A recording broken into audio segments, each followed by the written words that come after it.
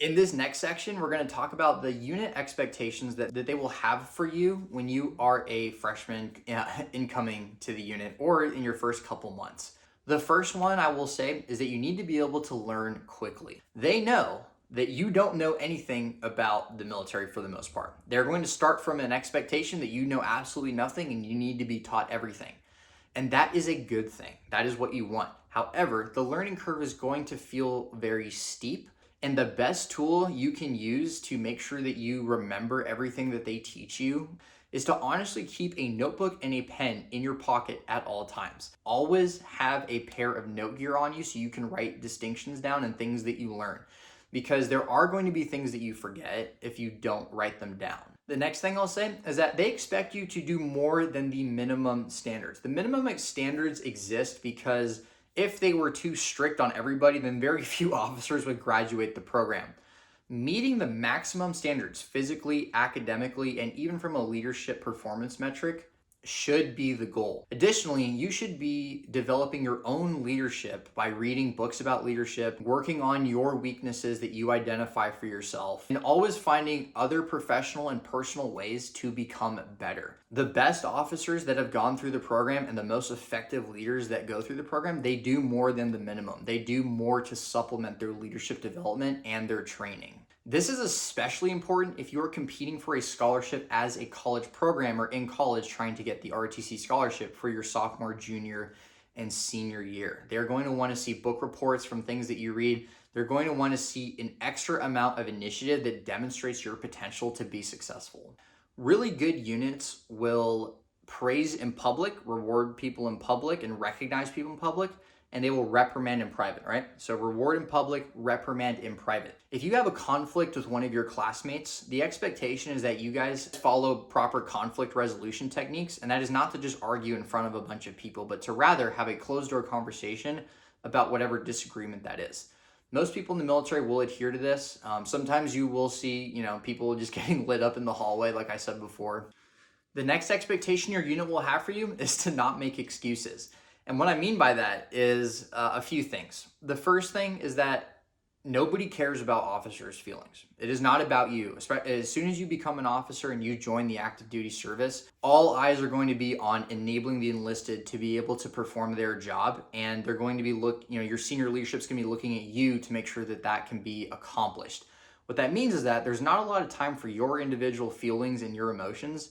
You'll have peer support and you will have a support structure that will allow you to do that. But when I talk about not making excuses, I also mean not losing your bearing in front of your peers. You need to get really good at self-regulating your own emotions, because there will be very little time for anyone to check in with you or to even evaluate how you as a person are doing in a situation. As an officer, it's not about you. This also goes into the concept of self-worth, right? You're going to have insane standards that you feel like you have to fill. You're going to feel and you're going to fail a lot in the training process, which is a good thing. But self-worth can be something that dips down really far below what you thought you'd be, thinking of yourself in that regard. And what I would say to that is that you need to be able to confidently ask yourself if you are giving 100% on the evolution for this semester, for this situation. If the answer is yes, then you can't be too hard on yourself, because then you're going to be even less effective in leading the people that you're in charge of. Self-worth has to come from you, but it requires this careful balance in knowing that you are doing everything you can and you're not holding back on your efforts to be the best version of yourself and be as effective as possible. So even when things don't work out, you have to have that resiliency to keep moving forward, even if you get absolutely no feedback on how well or how bad you are doing. And that is something that a lot of people, especially very junior in the ROTC process, don't understand. We are used to feedback. We're used to getting positive reinforcement growing up if we had a healthy upbringing. And all of a sudden, you are going to see far less of that in this program.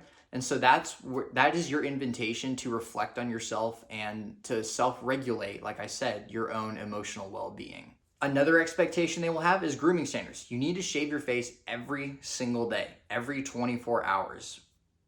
Some units may let you have a mustache, but I only saw 1 or 2 people that really pulled it off, and they got a lot of heat from their leadership for doing that. And they were prior enlisted guys.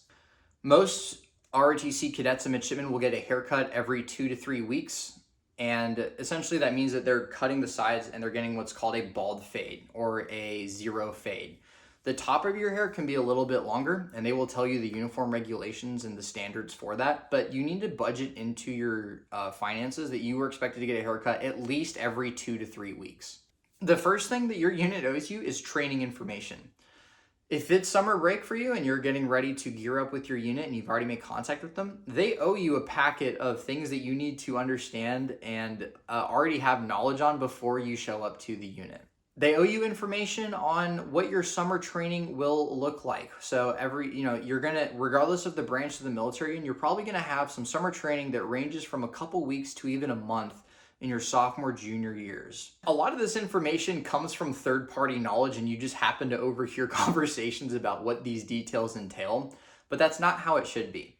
You should be talking to your command about some of these things that you need to expect, what uniform items you might need, what gear you might need to even buy. The sooner you can get that information, the better. If you just wait for some of the stuff to come through, you might get it last minute or you might not get it at all depending on how many people are at your unit. The next thing your unit owes you is work-life balance, as weird as that might sound.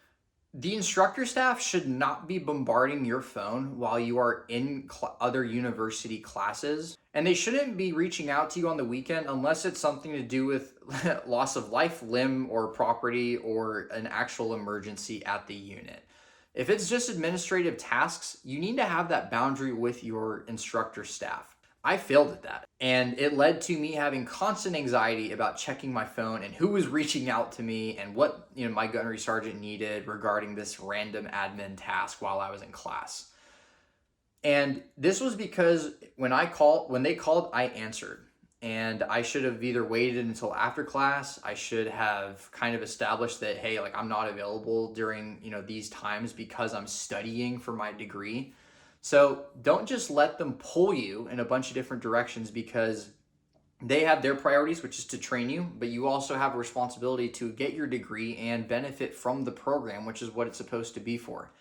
I even changed my major from computer science to geography because I wanted to spend more time on ROTC and I was stressed about being at the unit when I should have actually just put my foot down and said, no, I cannot always help you with these admin tasks or even the billet that I was in. ROTC does not need to be the most important thing in the world. It should be a big part of your development as an officer, but do not let it consume the rest of your academic and your social life. So key takeaway, unless it's urgent or it's an emergency, you should have a proper work-life balance between how much you interact with your ROTC unit, your academics, and your own personal well-being. Another expectation you should have for your unit is professional criticism. They owe you counselings on how your performance is doing, how your grades are doing. They owe you a critique and they owe you coaching and mentorship so that you can be successful when you enter the armed services. If you end up at a unit where your instructor staff aren't that present and they're not really kind of coaching you and helping you develop personally and professionally with your own goals as well as their standards, then it is okay to ask them for a counseling. Even in the active duty service, not all company commanders will give you an initial counseling where they go over the expectations that they have for you going forward.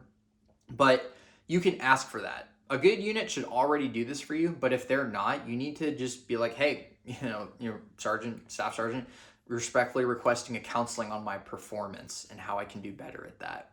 So that's something to be aware of. Most units, like I said, they should do that, but if they don't, you need to be asking for counselings every couple months just so you can get a baseline check-in with how you're doing compared to the standards they have for you, if it's not clear.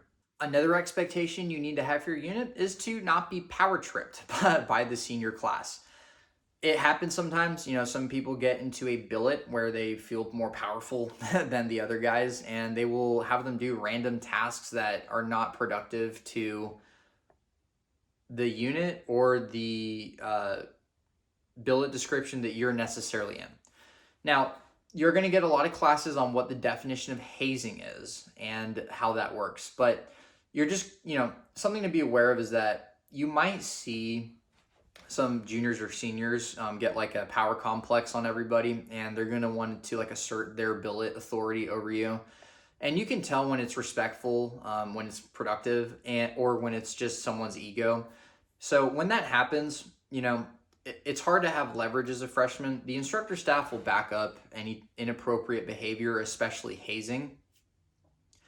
But if it's anything like smaller than that, it's just these day-to-day interactions that just are less than pleasant with some of these guys, write that down. These people are showing you what not to be and what not to do when you're in their position, because one day you will be. And then you're going to want to make sure that the incoming class doesn't have the same experience with that type of behavior. The instructor staff should have open door policies. What that means is that the door to their office is always open, which means you can come and talk to them about anything that is on your mind, or if you need help with something. Now, this doesn't necessarily apply to the commanding officer or the executive officer, the two highest ranking officers at the unit. They're going to say, yes, I always have an open door policy and you can come in and talk to me about anything you want. But most of the questions you have can be answered by the instructor staff at a more junior level, the staff sergeant, the gunnery sergeant, the lieutenants, or the captains. You don't want to what's called jump the chain of command because it bombards his time with things that could be answered, like how do I put this button on my uniform kind of thing. You're not going to ask the commanding officer that question.